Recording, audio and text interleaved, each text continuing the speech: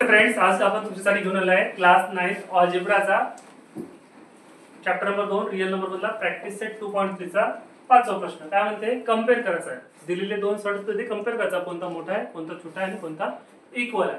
आपल्याला जो पहिला प्रश्न दिला आहे तो पहिला प्रश्न काय दिला आहे? 7√2 503 7√2 503 दिला आहे. तर आपण सर्वात पहिले 7√2 ला सोडूया.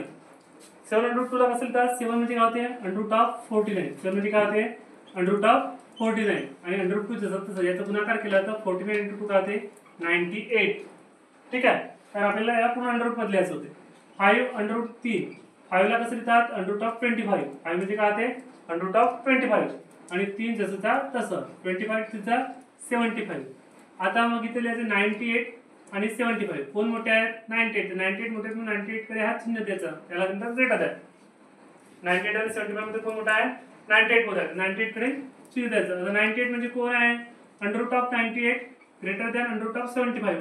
पण प्रश्नामध्ये 98 नव्हते दिले. कोण दिला होता? 7√2. म्हणून 7√2 ग्रेटर दॅन राहील कुणापेक्षा? 5√3 पेक्षा. थँक्यू.